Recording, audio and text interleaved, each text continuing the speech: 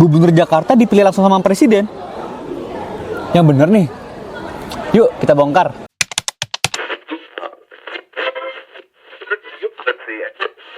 Hai semuanya, selamat datang kembali di episode terbaru ngomongin politik, tempat di mana kita berbincang hangat mengenai isu-isu politik.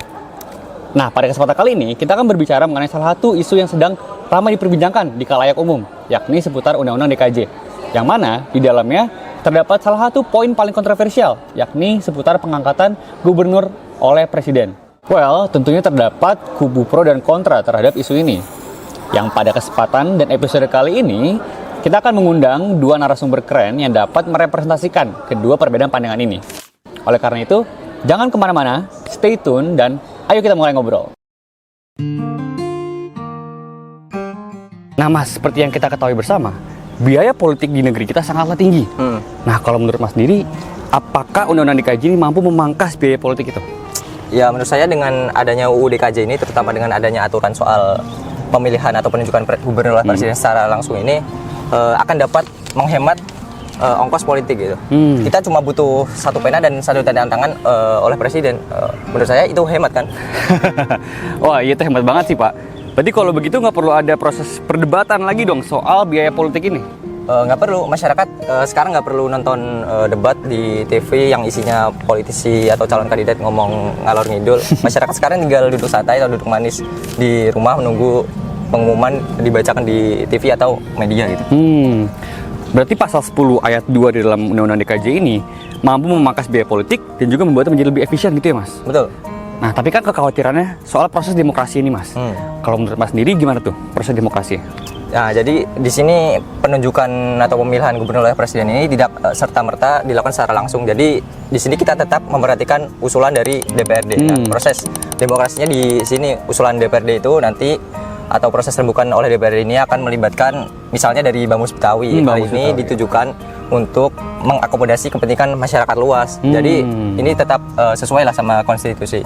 Demokrasinya dari usulan DPRD itu kan DPRD ini sebelumnya kan pasti akan melakukan sidang atau rembukan gitu ya terkait siapa calon kandidat atau calon paslon yang selanjutnya layak lah yang akan memimpin DKI ini. Nah proses demokrasinya di situ. Nah tapi mas kekhawatiran lagi nih soal partisipasi demokrasi, partisipasi aktif dari masyarakat sipil gitu.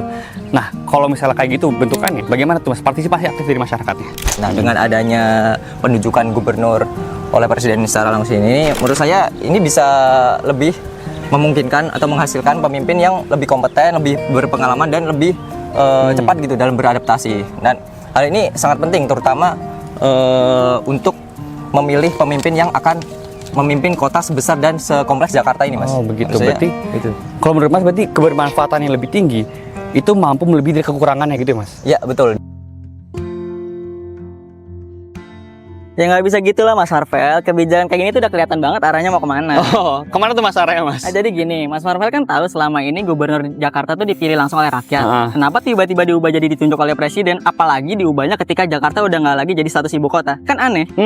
Iya sih mas, kayak ada yang janggal gitu ya berarti ya? Berarti implikasi gimana nih mas? Duh Mas Marvel. Bukan janggal lagi, tapi udah menurut saya udah by design. Jadi pertama kalau Mas Marvel tanya implikasinya, pertama soal loyalitas. Gubernur yang ditunjuk oleh presiden otomatis loyalitasnya lebih ke presiden. Yang dipilih oleh rakyat aja banyak kok yang nggak nentuin, yang nggak berkepentingan oleh rakyat. Berarti perihal loyalitas ini takutnya gubernur malah jadi lebih loyal kepada kepentingan pusat ketimbang kepentingan daerah gitu ya mas? Nah itu dia Mas Marvel.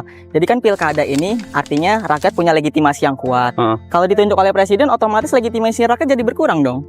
Wah berarti dampaknya lumayan besar ya mas. Berarti ini kita sedang menghadapi kemunduran demokrasi gitu mas? Nah itu yang dikhawatirkan Mas Marvel. Kalau Jakarta ini udah mulai aneh-aneh terus daerah lain ikut-ikutan, ini bisa jadi kemunduran demokrasi bagi Indonesia gitu. Kan apalagi kita udah lewatin masa reformasi gitu. Masa kita mau balik lagi sebelum masa reformasi? Wah benar juga ya mas.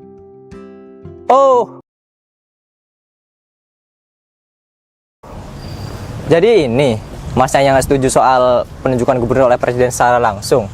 Jadi orang kok lucu mas sampai ini. Ya karena saya merasa emang kebijakan itu tuh lebih banyak dampak buruknya daripada dampak baiknya. Akuntabilitas nggak ada, partisipasi politik masyarakat juga menurun. Terus apa untungnya buat rakyat? Ah itu mah perasaan mas aja, nggak ada kayak gitu tuh. Mana buktinya?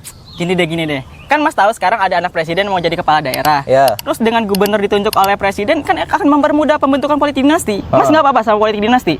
Ya, ya nggak apa-apa. Itu kan bagian dari human rights anak presiden. Emang kenapa? Man. You saying this?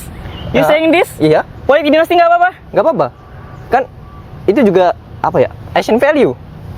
Ininya masnya jangan so tau lah. UU DKJ ini sudah melalui proses yang panjang itu dan sudah didiskusikan oleh DPR dan tentu pertimbangan dari pihak-pihak lain. Jadi kita berdoa aja intinya supaya UU ini jika diterapkan tidak akan menghasilkan dampak negatif yang banyak kepada masyarakat luas. Ya nggak bisa gitu lah Mas. Kalau UU ini ternyata lebih banyak dampak buruknya gimana? Nggak ada. Kalau ada? Nggak ada. Kalau ada? Nggak ada. Kalau ada? Nggak ada. Kalau ada? Nggak ada. Jadi, setelah diskusi yang panjang mengenai undang DKJ ini, ditetapkan bahwa gubernur tidak akan jadi diangkat oleh presiden. Wah, syukurlah, karena tidak terbayang betapa bahayanya bagi demokrasi kita apabila itu terjadi, terutama menimbang prinsip-prinsip good governance yang sudah kita anut selama ini. Selain itu, di dalam suatu negara yang berdemokrasi, perbedaan pendapat adalah suatu hal yang lumrah, ya kan? Jadi apabila kalian melihat ada orang yang bertengkar di depan kalian ataupun berantem di depan kalian, jangan lupa untuk dilerai ya kawan-kawan, untuk menjaga keharmonisan dan juga kerukunan masyarakat kita. Sekian episode politik, ngomongin politik pada kali ini. Sampai jumpa di episode berikutnya.